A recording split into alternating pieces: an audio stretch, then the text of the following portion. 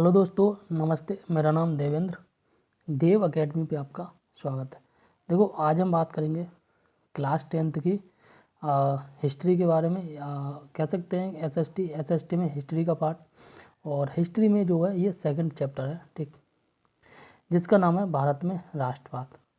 तो भारत में किस प्रकार से राष्ट्रवाद की भावना प्रबल हुई थी, ठीक है, इन सब के बारे में बात करेंगे।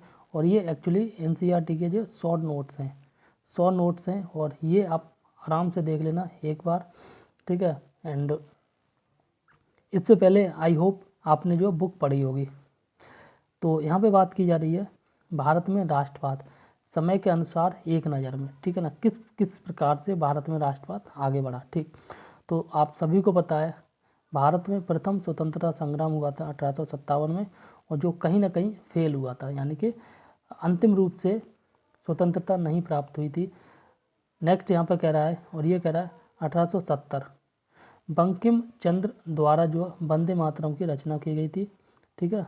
एंड यहाँ पर ये जो वैसे क्वेश्चन आते हैं ऑब्जेक्टिव टाइप, उसमें यहाँ क्वेश्चन पूछा जा सकता है कि बंकिम चंद्र के द्वारा, ठीक है ना, कब जो है वंदे मातरम की रचना की गई थी। तो आप कह सकते हैं 1870 में। नेक्स्ट कह रहा है 1885 में, ठीक है, कांग्रेस की स्थापना की गई थी। ये कांग्रेस वही है जो आज की डेट में राहुल गांधी, सोनिया गांधी, इंदिरा गांधी, इनसे रिलेटेड वाली, ठीक है। तो 1885 में कांग्रेस की स्थापना हुई थी। उस समय हुई थी बम्बई में, ठीक है ना, और आज का मुंबई है। और जो है व्योमेश चंद्र बनर्जी कांग्रेस के प्रथम अध्यक्ष थे, ये इंपॉर्टेंट है, ठीक। यहाँ पे आप देख सकते हैं ये व्योमेश चंद्र बनर्जी हैं। लॉर्ड कर्जन के जो द्वारा, या कह सकते हैं लॉर्ड कर्जन ने 1905 में बंगाल विभाजन का प्रस्ताव किया था, या फिर हम ये भी कह सकते हैं कि बंगाल विभाजन जो है ये लॉर्ड कर्जन के द्वारा किया गया था 1905 ईस्वी में, ठीक है। आगे बात करें तो आगे बात की जा रही है सन 1905 में, कब, 1905 में अवनींद्र नाथ टैगोर ने भारत माता का चित्र बनाया था, ठीक है। तो ऊपर ये लॉर्ड कर्जन है और दिस इज अवनींद्र नाथ टैगोर, इनके द्वारा जो 1905 में जब बंगाल विभाजन हुआ था उसी वर्ष में जो है भारत माता का चित्र बनाया गया था, ठीक। नेक्स्ट कह रहा है 1906 में आगा खां एवं जो है नवाब सलीमुल्लाह ने मुस्लिम लीग की स्थापना की थी। तो मुस्लिम लीग की स्थापना दो व्यक्तियों के द्वारा की गई थी, एक आगा खां और एक थे नवाब सलीमुल्लाह के द्वारा, ठीक। कब की गई थी? 1905 में, यानी कि कह सकते हैं 1905 में, सॉरी 1906 में जो मुस्लिम लीग की स्थापना की गई थी। यहाँ पे कह सकते हैं 1905 में बंगाल विभाजन हुआ था और 1906 में अगले ही वर्ष जो है मुस्लिम लीग की स्थापना की गई थी, ठीक। तो ये आगा खां हैं, आप देख सकते हैं यहाँ पे, ये मोटे वाले, ठीक है, और ये नवाब जो है सलीमुल्लाह है, ठीक। चेहरा देखो अच्छे से और चेहरे को नाम से कनेक्ट करो, और जैसे ही नाम याद करोगे तो चेहरा याद आ जाएगा और ये आराम से याद हो जाएगा, ठीक। 1905 में देखो क्या हुआ, बंगाल विभाजन। 1906 में हुआ मुस्लिम लीग की स्थापना, और 1907 में क्या हुआ था, बंगाल, सॉरी एक सेकंड, हाँ 1907 में जो है कांग्रेस का विभाजन हो गया था, और ये हुआ था नरम दल एवं गरम दल में हो गया था, यानी कांग्रेस दो गुट में बट गई थी, एक था नरम दल और एक था आपका नरम दल और एक था गरम दल, ठीक है। नरम दल में वे व्यक्ति थे जो मतलब अग्रेसिव टाइप के नहीं थे, और गरम दल में थे वे लोग जो अग्रेसिव टाइप के थे, यानी कि कह सकते हैं जो बहुत ज़्यादा जो है क्रांति में विश्वास करने वाले थे, लड़ाई झगड़ा में विश्वास करने वाले थे, इस प्रकार के, ठीक। आगे बात की जा रही है वर्ष 1911 में दिल्ली दरबार का जो है आयोजन किया गया था, और दिल्ली दरबार में बंगाल विभाजन को रद्द कर दिया गया था, ठीक। 1905 में बंगाल विभाजन हुआ था, और 1911 में जब दिल्ली दरबार लगा था, ठीक है, उस समय पे बंगाल विभाजन को रद्द कर दिया गया था, यानी कि बोल दिया गया था अब बंगाल विभाजन नहीं रहेगा, पूरा का पूरा एक बंगाल होगा, ठीक। आगे बात की जा रही है दिल्ली दरबार में राजधानी को जो है कोलकाता से दिल्ली ले जाया गया, ठीक। तो 1905 में राजधानी बंगाल की तरफ कोलकाता में थी, जो आज की डेट में पश्चिम बंगाल में कोलकाता शहर पड़ता है वहाँ, बट 1911 में जब दिल्ली दरबार लगा तब राजधानी को दिल्ली में लाया गया, ठीक है, और तब से आज तक दिल्ली राजधानी है। ठीक, आगे बात करें 1914 में प्रथम विश्व युद्ध का आरंभ हुआ था। 1915 में जो महात्मा गांधी स्वदेश लौटे थे। कहाँ से आए थे? दक्षिण अफ्रीका से। ठीक, 1917 में महात्मा गांधी ने नील कृषि के विरोध में जो चंपारण में आंदोलन किया था। ठीक, चंपारण आंदोलन के नाम से भी इसे जानते हैं। ठीक, आगे बात करें 1917 में महात्मा गांधी ने गुजरात के खेड़ा जिले के किसानों के लिए सत्याग्रह किया था। वहीं आगे बात करें 1918 में, कब? 1918 में जो है महात्मा गांधी ने गुजरात के अहमदाबाद में सूती कपड़ा मिल के कारीगरों के लिए सत्याग्रह किया था। आगे बात करें 1918 में ही प्रथम विश्व युद्ध की समाप्ति हो गई थी। ठीक, 1914 से और 1918 तक प्रथम विश्व युद्ध चला था। ठीक, आगे बात करें ब्रिटिश सरकार ने भारतीयों की सुशासन की मांग को ठुकरा दिया था। ठीक है, एंड नेक्स्ट करा 1919 में ब्रिटिश सरकार ने भारतीयों पर रॉलेट एक्ट जैसे काला कानून बनाया था। रॉलेट एक्ट एक कानून था। ठीक है, इस कानून को भारतीयों ने काला कानून कहा था। ठीक, और 13 अप्रैल 1919 को एक घटना हुई थी। ठीक है, जिसे बोलते हैं जलियांवाला बाग नरसंहार हत्याकांड। इसमें कहानी देखो, आपने डिटेल में पढ़ा है तो आपको पूरी की पूरी स्टोरी पता ही होगी। ठीक, आगे बात की जा रही है 1919 में खिलाफत आंदोलन की शुरुआत मोहम्मद अली और शौकत अली ने की थी। महात्मा गांधी ने असहयोग आंदोलन की शुरुआत की थी। 1922 ईस्वी में चौरी चौरा में घटना हुई थी, और ये गोरखपुर लखनऊ के पास में पड़ता है, चौरा चौरी गांव। ठीक है ना, वहाँ पे एक चौरा और एक चौरी, ये दो गांव हैं, इनके बीच से एक ट्रेन जाती है, और ये घटना हुई थी 1922 में। हिंसक घटना के बाद महात्मा गांधी ने असहयोग आंदोलन को वापस ले लिया था। ठीक, आगे बात करें 9 अगस्त 1925 को काकोरी में क्रांतिकारियों ने अंग्रेजी खजाना ले जा रही ट्रेन को जो लूट लिया था। नेक्स्ट कह रहा है 1928 में। ठीक है ना, 1928 में साइमन कमीशन भारत आया था, जिसका विरोध करते हुए लाला लाजपत राय की मृत्यु हो गई थी। लाला लाजपत राय पर अंग्रेजों ने बहुत ज़्यादा लाठियों से प्रहार किया था। इतना किया कि वे आखिरकार में जो है मृत्यु को प्राप्त हो गए थे, लाला लाजपत राय। ठीक है ना, साइमन कमीशन का गठन हुआ था 1927 में, और भारत आया था 1928 में, अगले साल। साइमन कमीशन क्या है? एक ऐसा कानून था। ठीक है, और जिस कानून में सारे के सारे जो अध्यक्ष थे और सदस्य थे वो सारे के सारे जो है अंग्रेज थे। ठीक है, इसलिए इसको काला कानून, एक मिनट, साइमन कमीशन का विरोध किया गया। ठीक है ना, और इसे जो है साइमन गो बैक के नारे दिए गए थे, एंड लाला लाजपत राय उसी समय जो है घायल हो गए और फिर मृत्यु हो गई उनकी। ठीक, आगे बात करें 8 अप्रैल 1929 को भगत सिंह व बटुकेश्वर दत्त ने असेंबली पर बम फेंका था। ठीक, आगे बात करें 12 मार्च 1930 को महात्मा गांधी ने साबरमती से जो है दांडी यात्रा आरंभ की थी। ठीक है, और ये कब चला था? 6 अप्रैल 1930 तक। ठीक, 6 अप्रैल 1930 को दांडी पहुंचे थे साबरमती से। ठीक है, एंड महात्मा गांधी ने जो है नमक कानून को तोड़ दिया था और सविनय अवज्ञा आंदोलन की शुरुआत की थी।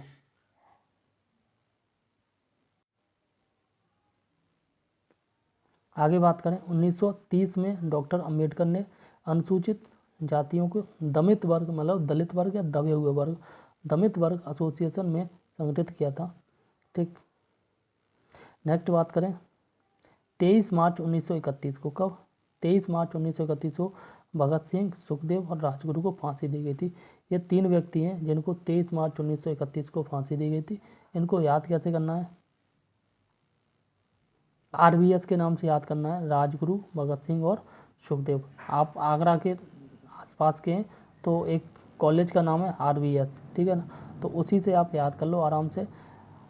ठीक है, RVS को 23 मार्च 1931 को फांसी दी गई थी। R से राजगुरु, V से भगत सिंह और S से सुखदेव। ठीक, आगे बात करें 1931 में गांधी इरविन समझौता हुआ था। ठीक है ना, और जो है सविनय अवज्ञा आंदोलन को वापस ले लिया गया था। ठीक, नेक्स्ट कह रहा है 1931 में महात्मा गांधी ने द्वितीय गोलमेज सम्मेलन में भाग लिया था, परंतु उन्हें वहाँ अपेक्षित जो है सफलता नहीं मिली थी। यानी कि कहीं ना कहीं वो जो गोलमेज सम्मेलन को छोड़ के वापस आए तो कुछ भी साथ न लेके आते।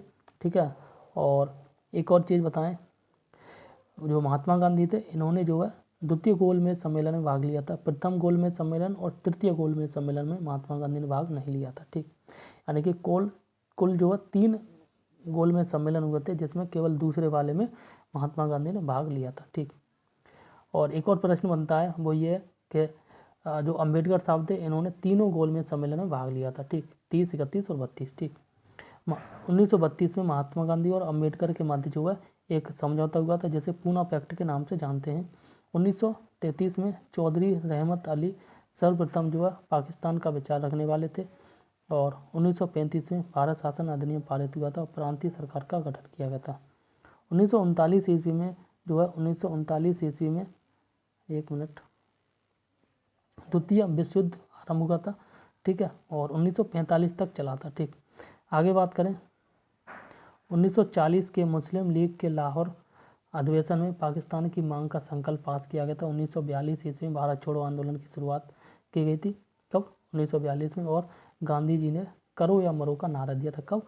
1942 में। 1942 में ही भारत छोड़ो आंदोलन की शुरुआत की गई थी।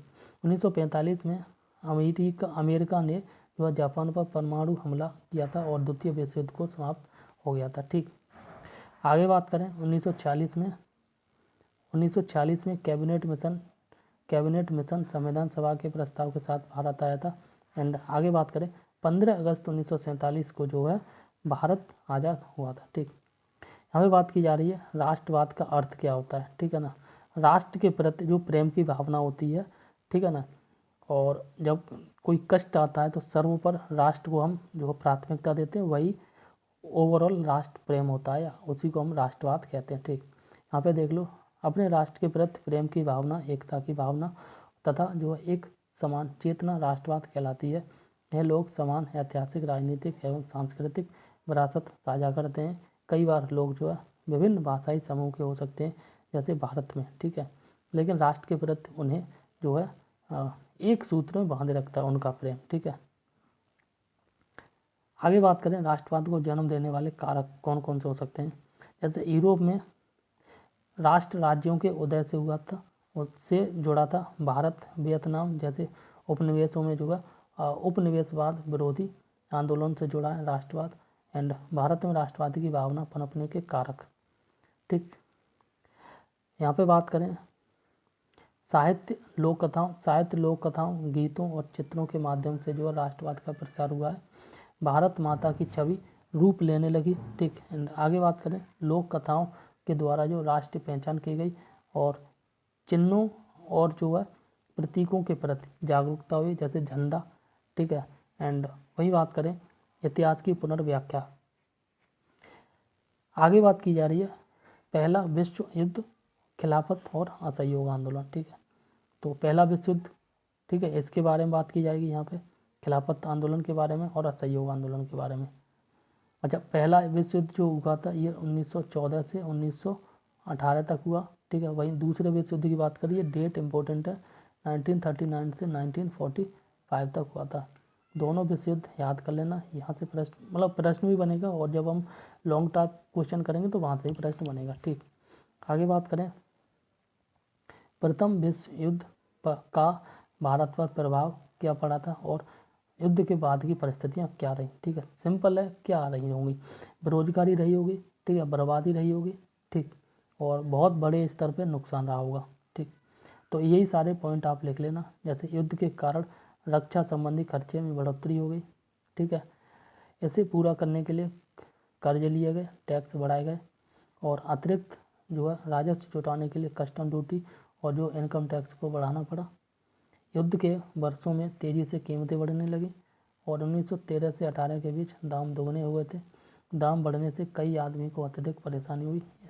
ठीक है, स्पेशली आम जनमानस को। ठीक, ग्रामीण इलाकों से लोगों को जबरन सेना में भर्ती कराया जाने लगा। ठीक है, जबरन, देख रहे हो, जबरन, और आज की डेट में मिलता नहीं है। आगे देखो, जबरन भर्ती कराए जाने से भी लोगों में बहुत गुस्सा हुआ था। ठीक है। भारत के कई भागों में उपज खराब होने के कारण जो है भोजन की कमी हो गई थी और फ्लू की महामारी ने समस्या को और भी गंभीर बना दिया। तो 1921 की जनगणना के अनुसार जो अकाल और महामारी के कारण जो 120 लाख से 130 लाख लोग मारे गए थे। कितने? 120 लाख से 130 लाख लोग मारे गए थे। अभी जितने लोग कोरोना में मारे गए उसके करीब 10 गुने से भी ज़्यादा लोग मारे गए थे उस समय। कब? जब अकाल और महामारी आई थी, ठीक। और फ्लू रोग हुआ था उस समय, ठीक है। आगे बात करें सत्याग्रह का विचार। तो सत्याग्रह का अर्थ क्या होता है, ठीक है ना। यह सत्य और अहिंसा पर आधारित एक नए तरह का जन आंदोलन करने का रास्ता था, ठीक है ना। यानी कि जो आंदोलन करना है वो सत्य के मार्ग पे चलना है, यानी कि झूठ नहीं बोलना है और आग्रह के साथ करना है, यानी कि हम जो है सत्य के आगे झुक के विनम्र निवेदन के साथ अपना आंदोलन करेंगे। किसी भी प्रकार की मारपीट नहीं करनी, कोई हिंसा नहीं करनी है, ठीक है। महात्मा गांधी के सत्याग्रह का अर्थ क्या था वो देख लेते हैं। तो यहाँ पे बात की जा रही है सत्याग्रह ने सत्य पर बल दिया था, ठीक है, सिंपल ट्रुथनेस पे बल दिया था।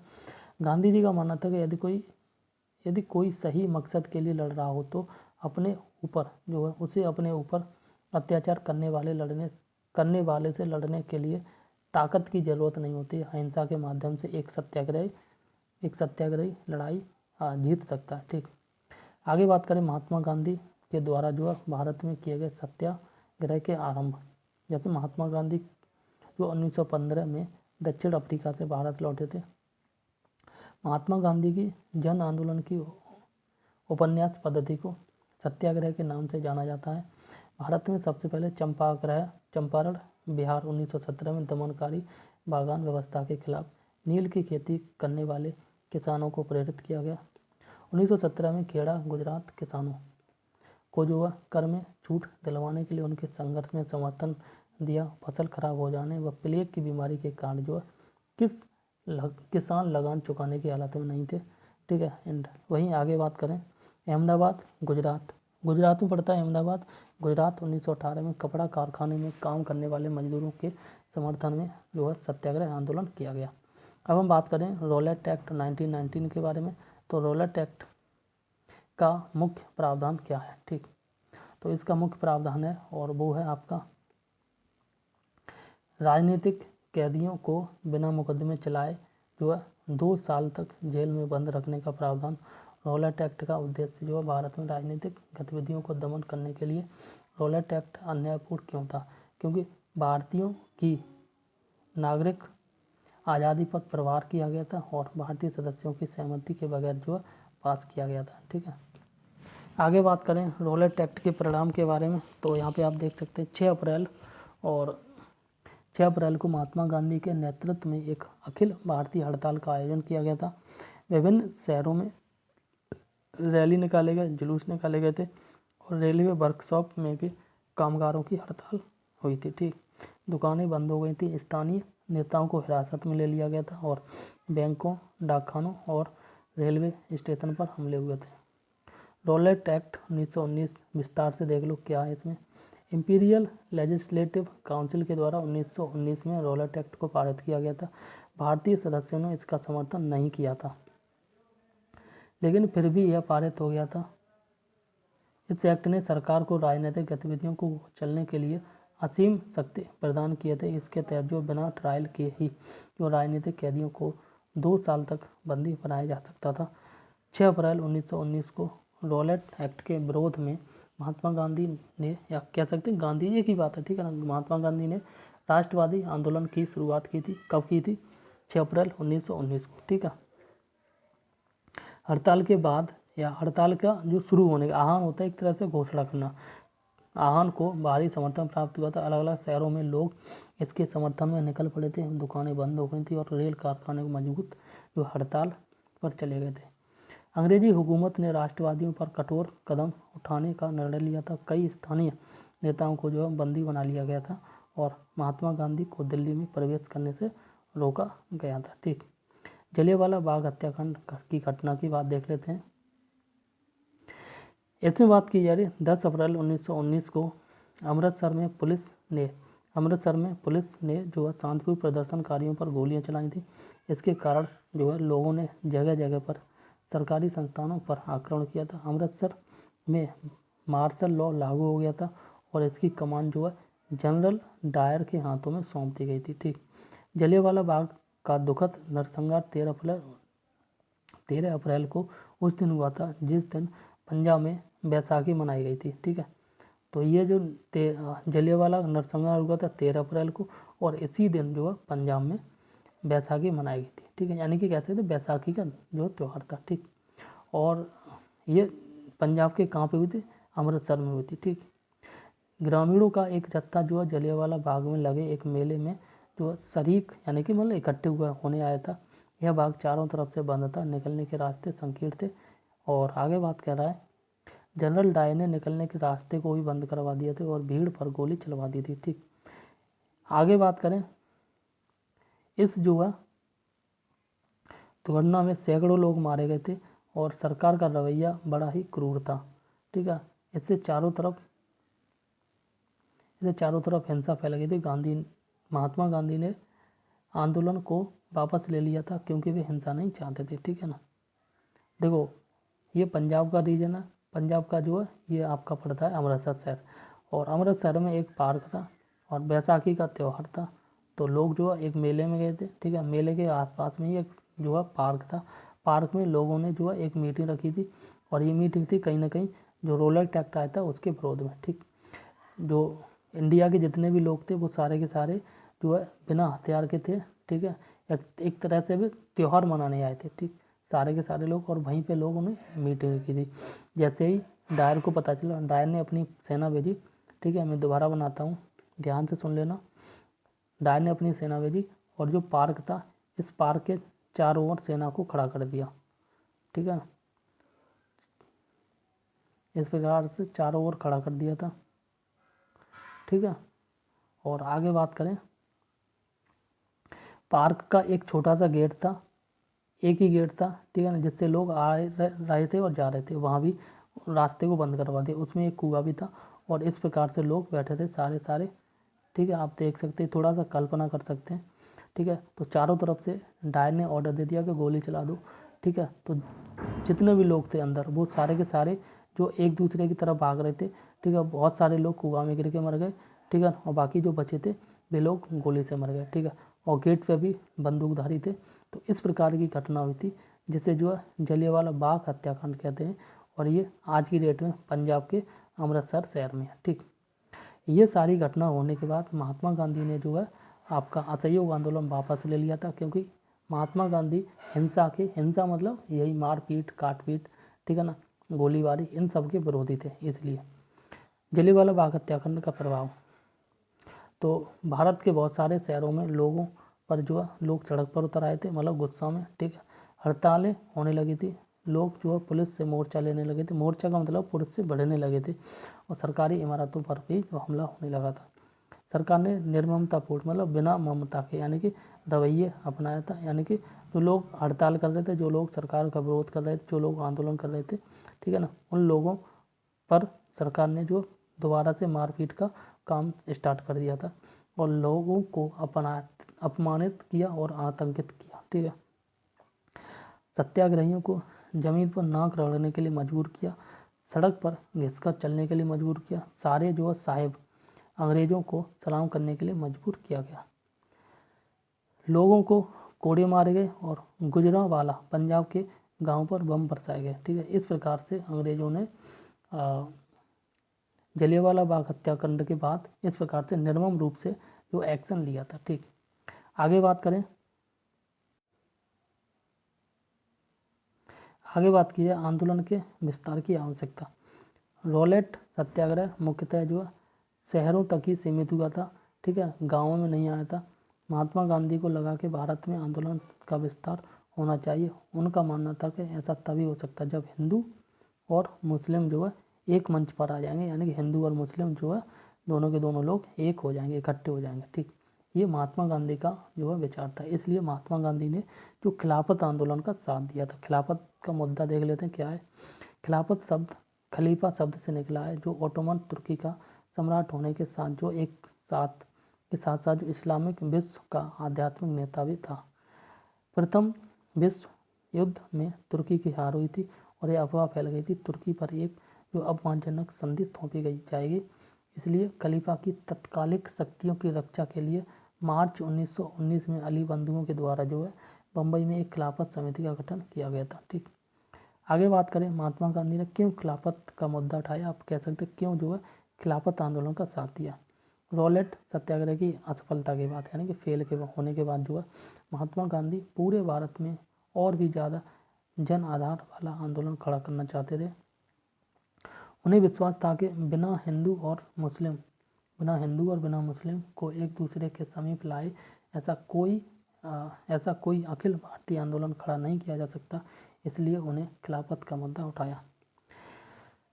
हिंद स्वराज की बात करें तो यहाँ पे देख सकते हैं महात्मा गांधी के द्वारा लिखित प्रसिद्ध पुस्तक जिसमें जो है भारत में ब्रिटिश शासन के असहयोग पर जोर दिया गया था।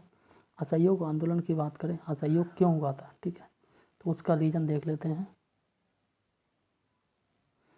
अपनी प्रसिद्ध पुस्तक महात्मा गांधी की एक पुस्तक थी जिसका नाम था हिंद स्वराज, ठीक है ना, हिंद स्वराज या स्वराज 1909 में गांधी के द्वारा लिखी गई थी। में महात्मा गांधी ने लिखा था भारत में अंग्रेजी राज इसलिए स्थापित हो पाया था क्योंकि भारतीयों ने उनके साथ सहयोग किया था, यानी कि भारतीय लोगों ने अंग्रेजों के साथ सहयोग किया था इसलिए, और उसी सहयोग के कारण जो अंग्रेज हुकूमत कर पाए थे। यदि भारतीय सहयोग जो है करना बंद कर दें तो अंग्रेजी एक साल के अंदर जो चरमा जाएगी, अंग्रेजी हुकूमत जो एक साल के अंदर चरमरा जाएगी, ठीक है ना, और स्वराज स्थापित हो जाएगा।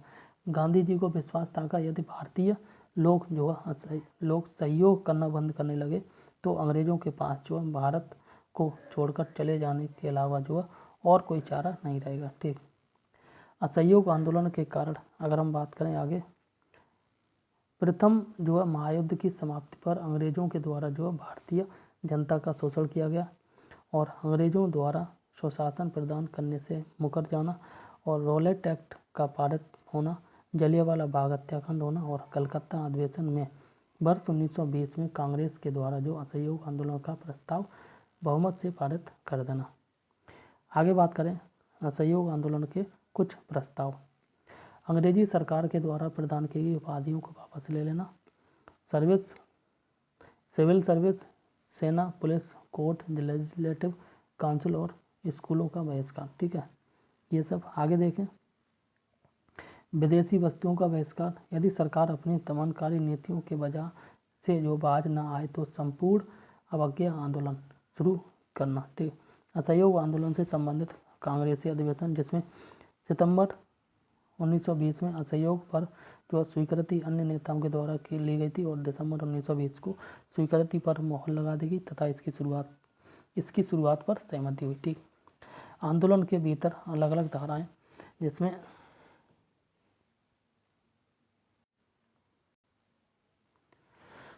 आंदोलन के भीतर अलग अलग धाराओं के बारे में देख लेते हैं। असहयोग खिलाफत आंदोलन की शुरुआत जो कब हुई थी, जनवरी 1921 में हुई थी। ठीक, आगे देखें विभिन्न सामाजिक समूहों ने आंदोलन में हिस्सा लिया परंतु जो प्रत्येक वर्ग अपनी अपनी आकांक्षाएं थी। ठीक है, जैसे आंदोलन हुआ था समाज के विभिन्न वर्गों ने हिस्सा तो लिया था लेकिन सबके जो है उद्देश्य अलग थे। ठीक है ना, सभी के लिए स्वराज का अर्थ भिन्न था, कोई किसी प्रकार से स्वराज चाहता था, कोई किसी प्रकार से। प्रत्येक सामाजिक समूहों ने आंदोलन में भाग लेते हुए स्वराज का मतलब एक ऐसा युग लिया जिसमें उनके सभी कष्ट और सारी मुसीबतें खत्म हो जाएंगी। शहरों में असहयोग आंदोलन जो धीमा पड़ना, चक्की के कपड़े की तुलना में खादी का कपड़ा अधिक महंगा होता था और जो गरीब लोग इसे खरीद नहीं सकते थे। इस परिणाम स्वरूप जो वे बहुत लंबे समय तक मिल के कपड़े का बहिष्कार नहीं कर सकते थे। ठीक, देखो सिंपल है, जो खादी का कपड़ा था वो महंगा था और जो चक्की का कपड़ा यानी कि मशीन का कपड़ा वो सस्ता था।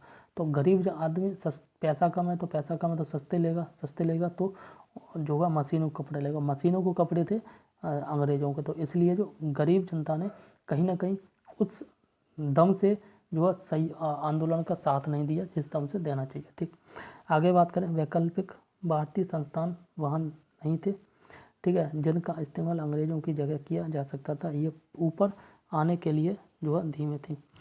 आगे कह रहा है, इसलिए छात्रों और शिक्षकों ने सरकारी स्कूलों में जो है वापस आना शुरू कर दिया था और वकील और सरकारी आंदोलन में काम से जुड़ गए थे। ठीक, असहयोग आंदोलन की समाप्ति की बात करें तो यहाँ पे बात की जा रही फरवरी 1922 में, ठीक है, महात्मा गांधी ने वापस ले लिया था आंदोलन। असहयोग और चौरा चौरी हिंसा घटना हो गई थी जिसके कारण। नेक्स्ट वीडियो हम नेक्स्ट पार्ट इसका जो कल बनाएंगे, जिसमें हम बात करेंगे चौरी चौरा घटना के बारे में। ठीक है, वीडियो अगर अच्छी लगी तो प्लीज़ लाइक शेयर सब्सक्राइब जरूर कर लेना।